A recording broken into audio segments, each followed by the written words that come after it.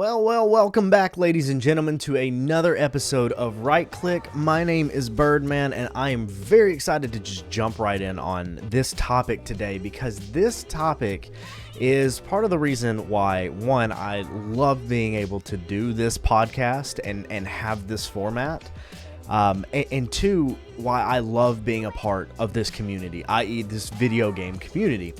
And the reason being is today we're talking about something that is very much in the controversial spotlight right now, and actually has been for the better part of 2 to 4 years in that ballpark. So what we're talking about is a game called Black Myth Wukong. Now, Black Myth Wukong is a kind of branch off of a lot of major game archetypes and just general development. It's a Chinese developer, and it's built around Chinese mythology. Now, it's a role-playing game. It's a pretty standard linear style role-playing game, and for those of you who are not familiar with this kind of play style, some of the big names in this category, if you will, are games like Cyberpunk 2077 or Elden Ring. Both really good examples of a classic RPG. You can take it back a little further to other big names like Skyrim and so on and so forth. But for those of you not familiar, look those up and you'll really understand. Think of it as a lot of open world, a lot of character development, a lot of free will to do whatever it is that you may want to do, and do the story in however format you see fit. Now, this is kind of a love child between some major RPG categories. So again, the Elden Ring style, really hard bosses, really hard fights, very particular fighting style, mixed with RPG elements of things like Skyrim with the explorability and the mythology, etc., etc. You could probably even mix in a little bit of Assassin's Creed flair to it if you're trying to kind of make sense of it. Now, this game does currently stand in a record of its own, if you will, and we're really going to break that down because this game is doing some incredible things right now. But the reason why I say I love being a part of this community and to be able to make videos like this podcast about it is kind of actually the culmination of what we have talked about nearly every episode at this point, which is, bridging divides and being the ones to stand up for the things that we know are right, not let things be whitewashed. Now, what do I mean by that? How does that correlate to this? Well, to begin with, I'm just going to show you the Steam page, because just so you can know a little bit of backstory on this, Black Myth Wukong is an ARPG. It's rooted in Chinese mythology. I mentioned that, and it's all about a Chinese myth. I mean, that is really, it's based off of Journey to the West. It's one of 4 great classical novels of Chinese literature.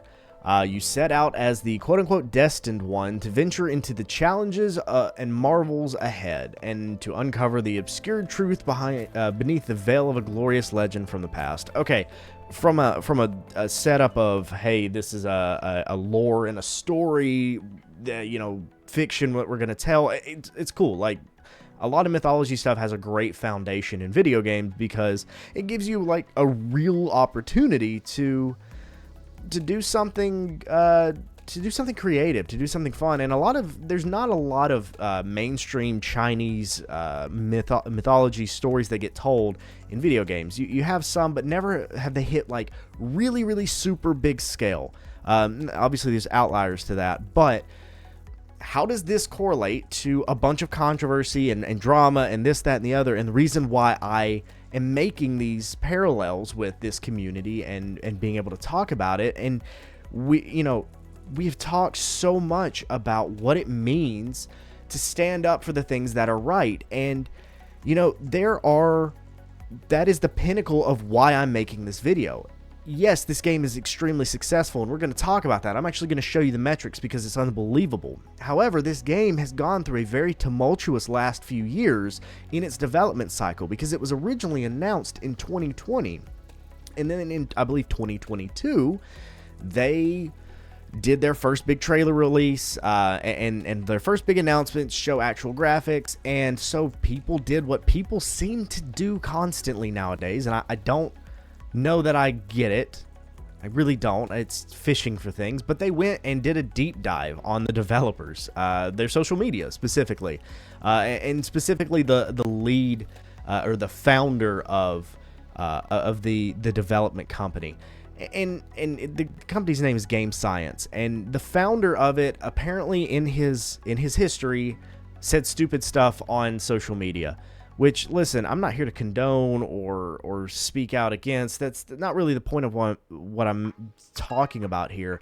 But what was brought to the limelight is very telling about our culture and this very liberal social media culture, and then us normal freaking people who just want to do normal freaking things. I don't feel like this should be something we have to talk about, but it is, because you guys get on social media, you see the nonsense, you listen to Right Side Radio, you know the crap that happens in the political world and in our culture.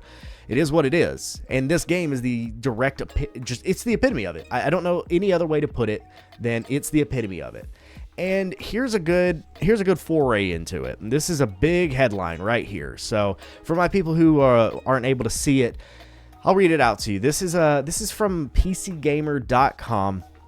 And this is the subject. We asked Black Myth Wukong's developer about the controversy over its founder's past sexist remarks, but Game Science's only reply was no comment. Game Science declined to answer 2 questions in a recent interview about the subject.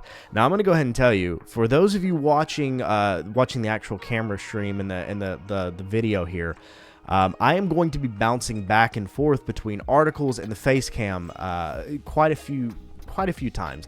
Normally I wouldn't point something like that out because it's just part of the production that I do here, but there is an actual reason for it. So the founder of Game Science, like I mentioned, has done some things in his past on social media that are just not politically correct. Now, some of it is sexually based, and the guy has just made some sexually based comments, and to read off some of this, I'm going to kind of, let's say, censor it a little bit, just because I don't want things being pushed in your face. And if you dig deep enough, you can see some old pictures, not pictures per se, but artwork that is very sexually explicit. It does have to do with what we're talking about, but I see no point in subjecting you to that. That's not what it's about. But as a little preface for you of why I'm going to be bouncing back and forth. So let me explain. You are seeing, if you search this game, you are seeing a lot of things like from PC Gamer or from, let's see, the bottom of the barrel, IGN. I'm going to touch on IGN in a minute because I have a little rant to make and a little soapbox to get on for just a smidge of time if you would entertain me. But it's all based around the sexism of the founder. And I actually found one of the best summaries of this, because I could sit here and summarize it in my own words, and I have no problem doing that. But I found legitimately the best summary of events here to break down why there's so much controversy around what this man has said and why people are bringing it up. And it's from Reddit, and it's from a user called Deisler Million. And listen, I'm not one to take fact from things like Reddit or forums or even Wikipedia, right? But this is all opinion based. That's the whole point of it. And this is, I can correlate to what this individual is saying on Reddit to the postings and all this. But what you are seeing is a disconnect from reality. So let me read what this guy has to say. Somebody asked the question in a subreddit, the Black Myth Wukong subreddit, about the controversy. Hey, what's going on? It seems like these feminist fighters are twisting things and lying. And the guy responded in this, so bear with me.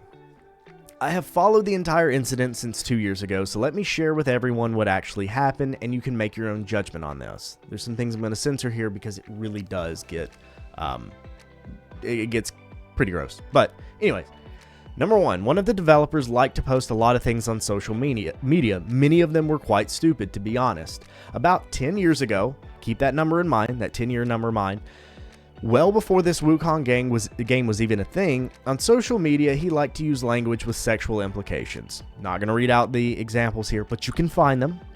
I found them, unfortunately.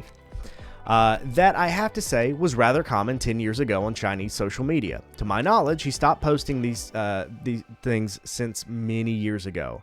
Not suggesting that it's okay, but at the time, in that culture, it was considered to be okay. You can draw parallels to our culture now. There's a lot of things that you, quote-unquote, can't say in the public eye that we said to each other not even 5 years ago, right? The fluidity of language seems to be the biggest wave in pop culture and the wave in our society that determines you as an individual and your value. You guys know what I'm talking about. There's certain things that you can't say. They're now a slur. No, they aren't a slur. You just don't know how to have normal interaction with people without getting offended because you were raised by morons. I don't know what to tell you. It just is what it is. That's what we're talking about here. It's just the Chinese culture. Congratulations. We have no frigging correlation to Chinese because, hey, guess what? These angry little feminists with blue hair are not Chinese. The ones that are complaining about it all have anime profile pictures. I will let you fill in those gaps. Moving right along, all incidents about quote-unquote bad language were not relevant to this game or the development company. 2. Also, 10 years ago, he posted a long rant on social media with his personal views since the Wukong game did not exist yet.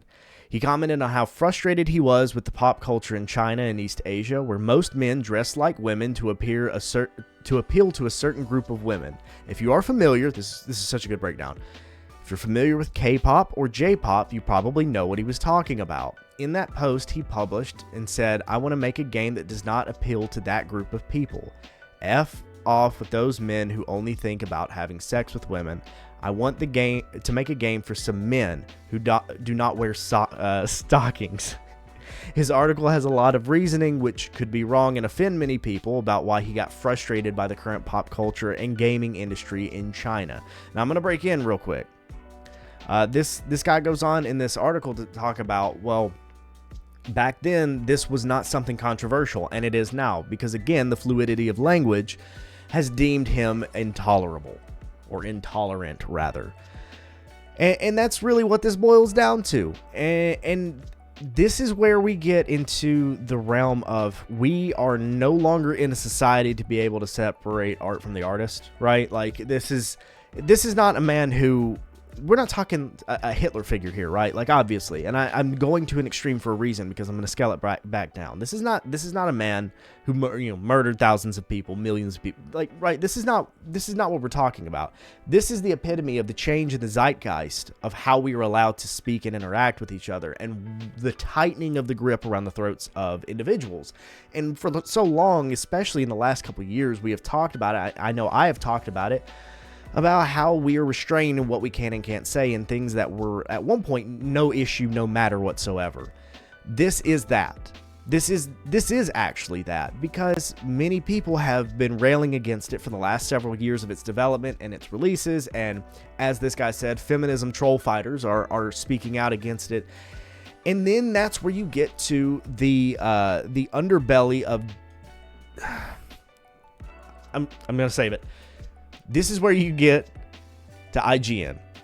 Now, for those of you unfamiliar with IGN, this is what they do.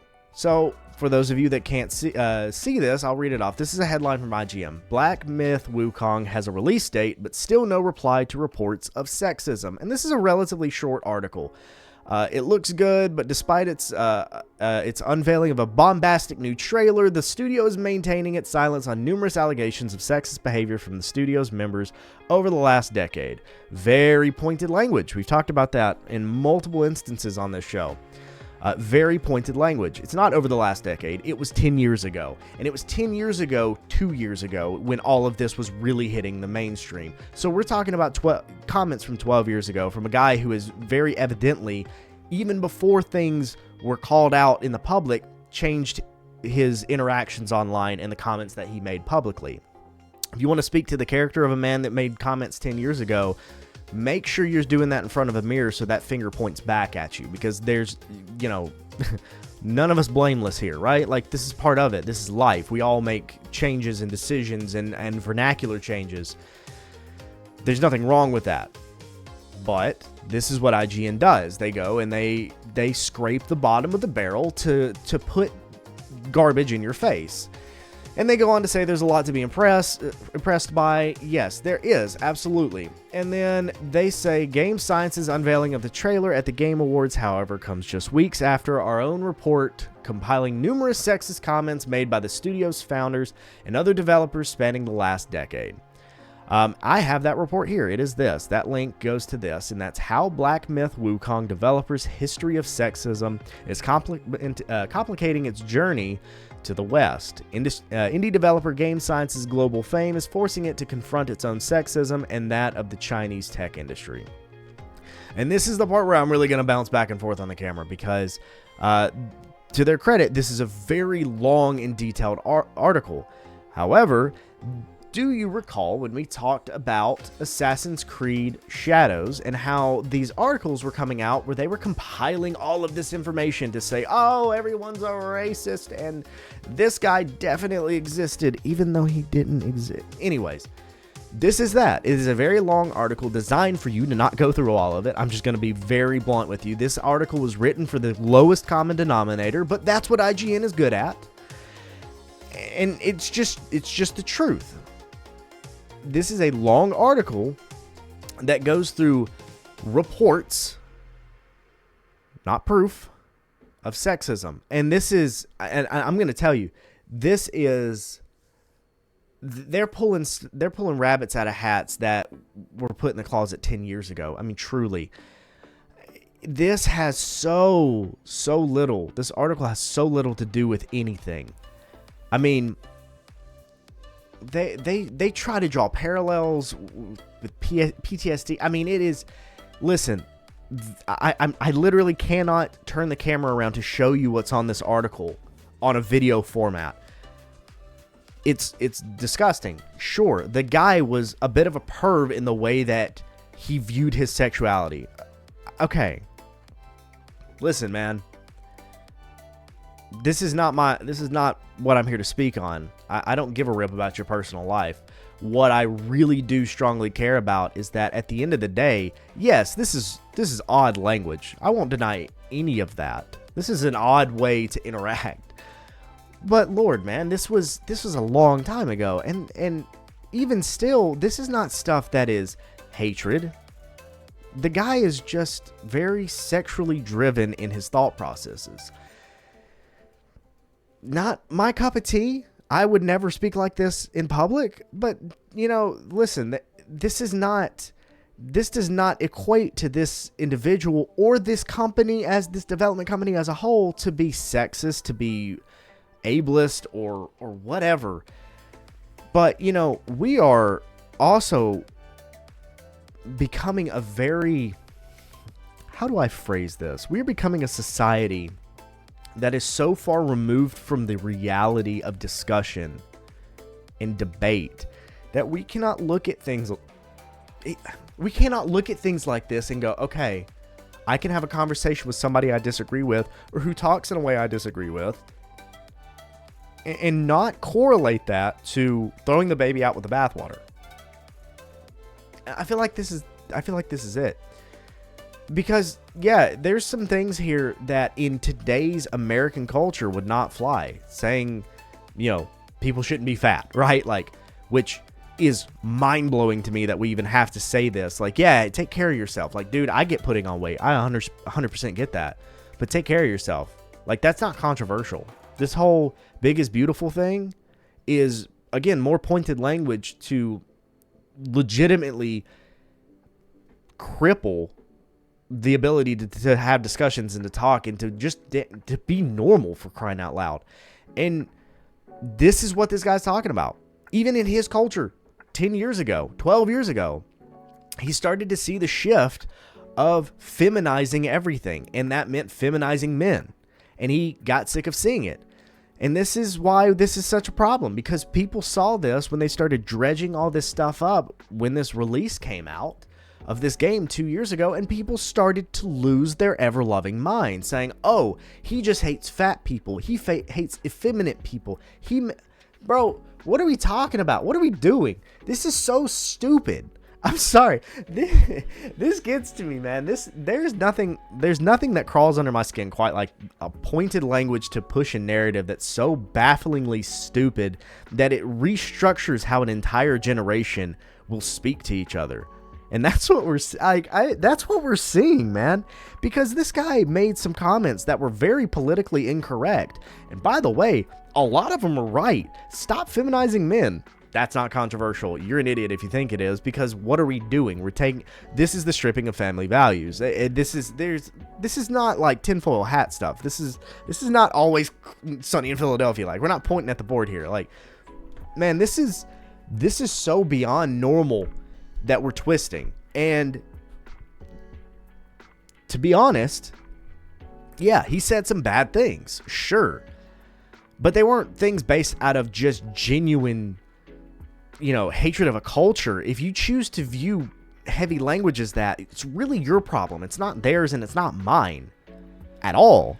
But this is what happens when people who are driven so heavily by emotion and not by logic get together and try to do things for the sake of making a point and pushing a narrative, and they're willing to sink any ship, including their own, to make that point, no matter how wrong it is. And then that's why IGN has success as a news site, as a gaming news site. IGN is the exact antithesis of anything normal within the gaming community, and it has allowed these morons who don't like certain language to turn around and allow a company to allow a company to sink for no reason that is valid to this day. Like, you can't sit here and bring up comments from a developer of a company from 10 years ago and say, I disagree with this, let's burn the whole thing down.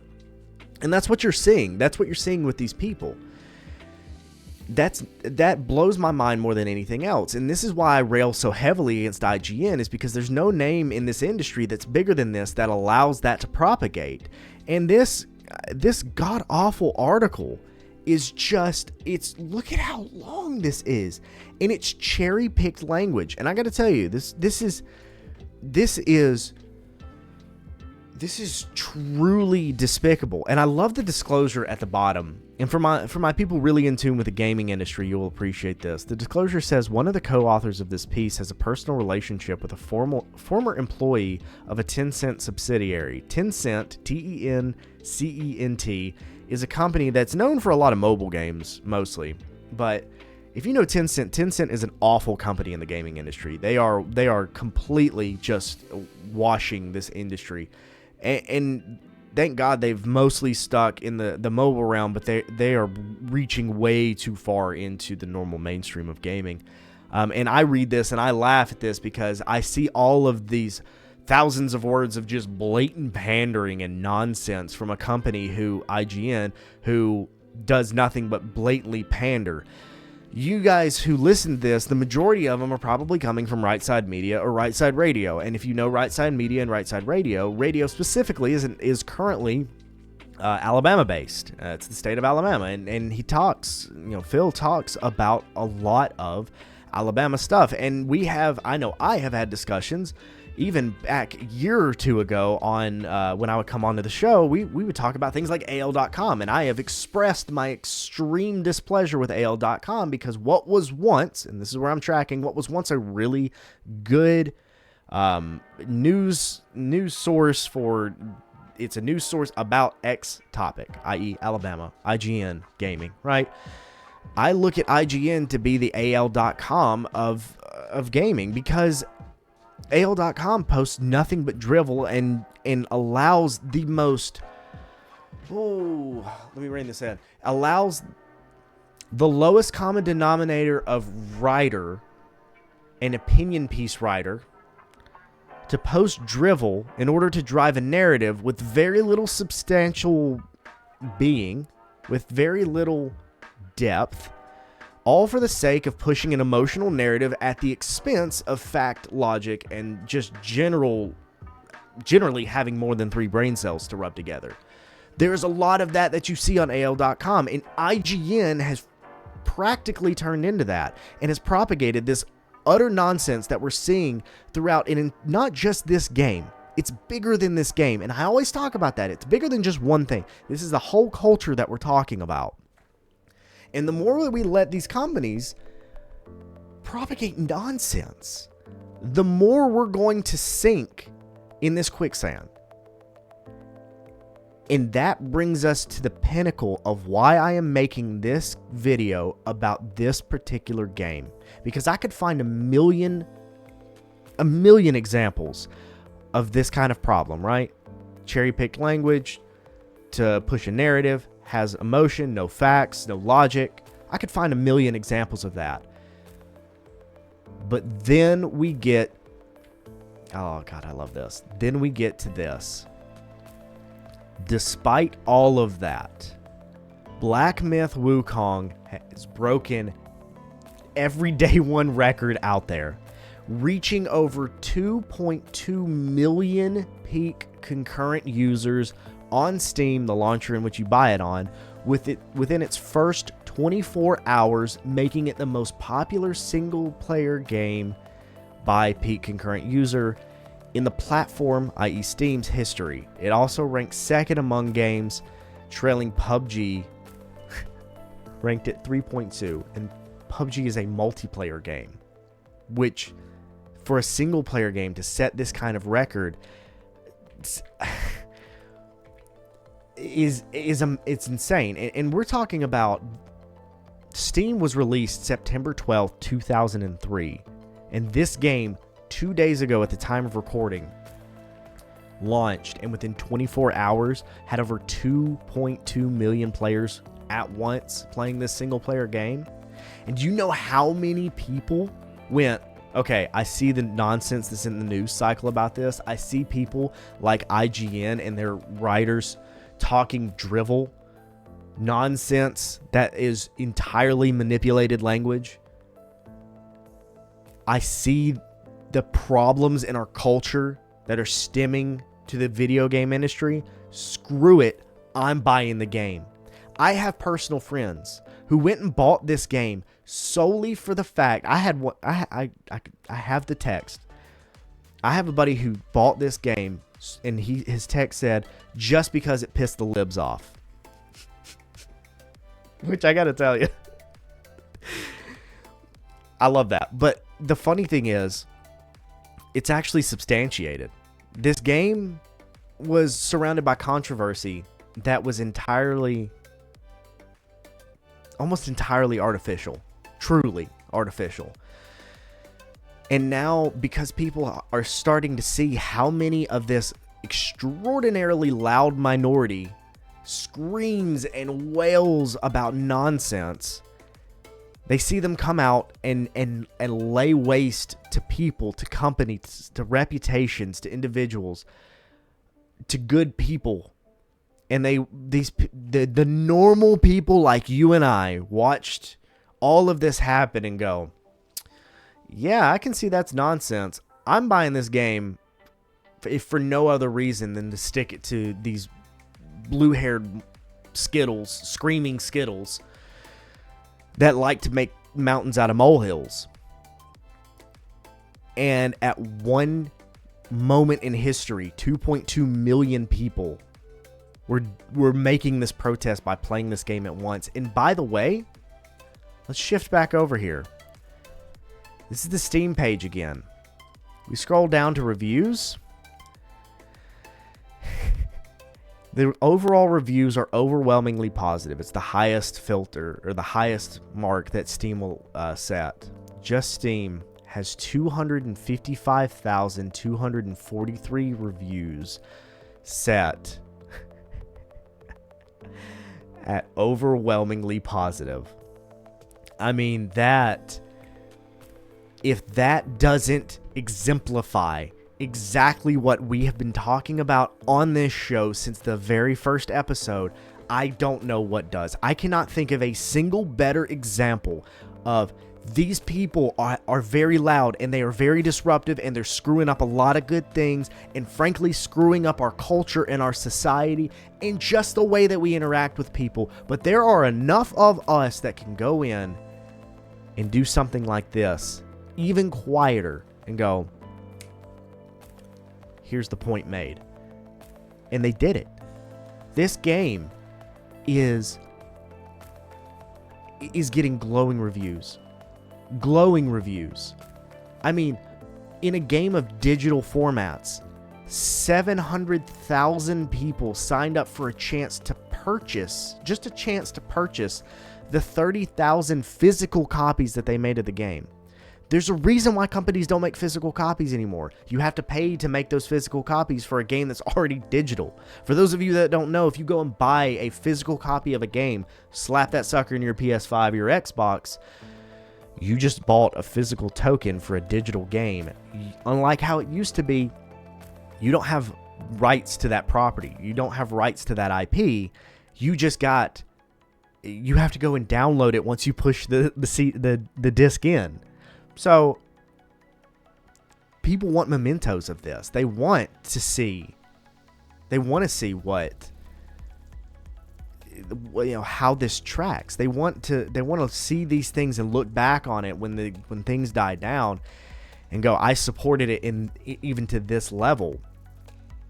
And it's proof that we as individuals and the normal ones here do have power in our voice. And I'm thinking about buying this game, which is not really my style of game. I mean, truthfully, it's not.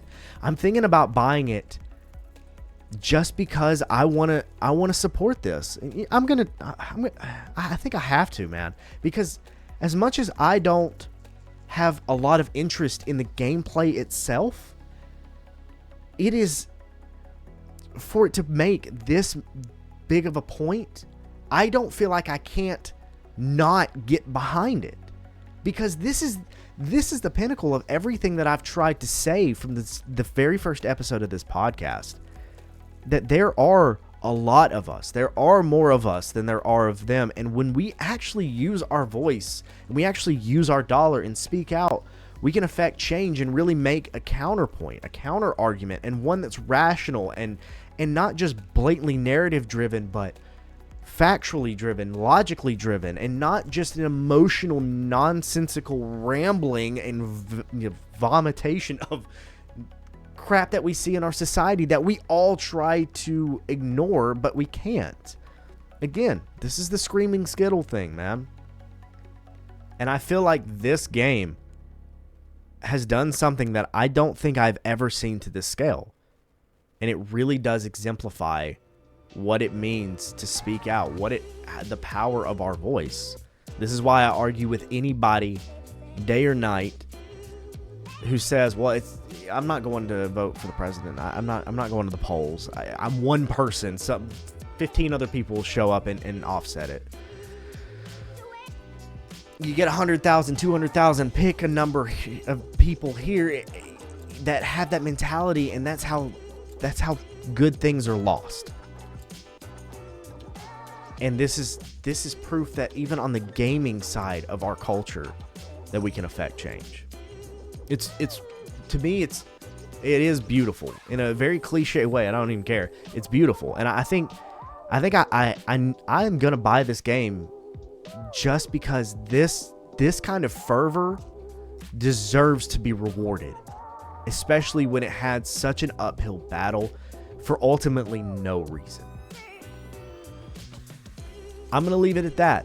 Go check out the game, Black Myth Wukong. If you like games, consider picking it up. I think I'm going to as well. I think it's absolutely worth it. For those that don't, go support them on social media and stuff.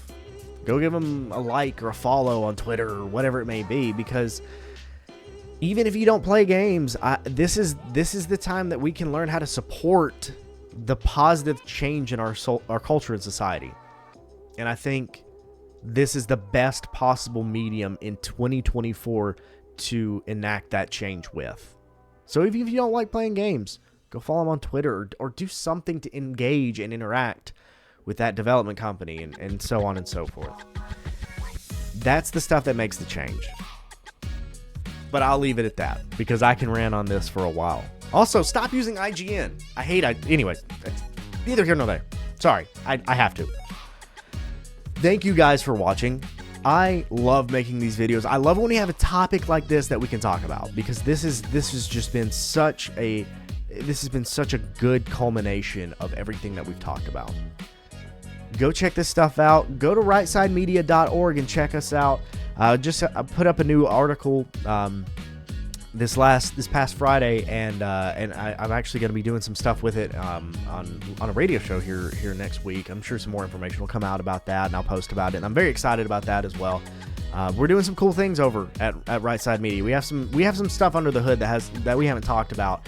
That's going to be really fun, really exciting, and I really think you guys are going to enjoy it. From not just my perspective, go check it out. Rightsidemedia.org.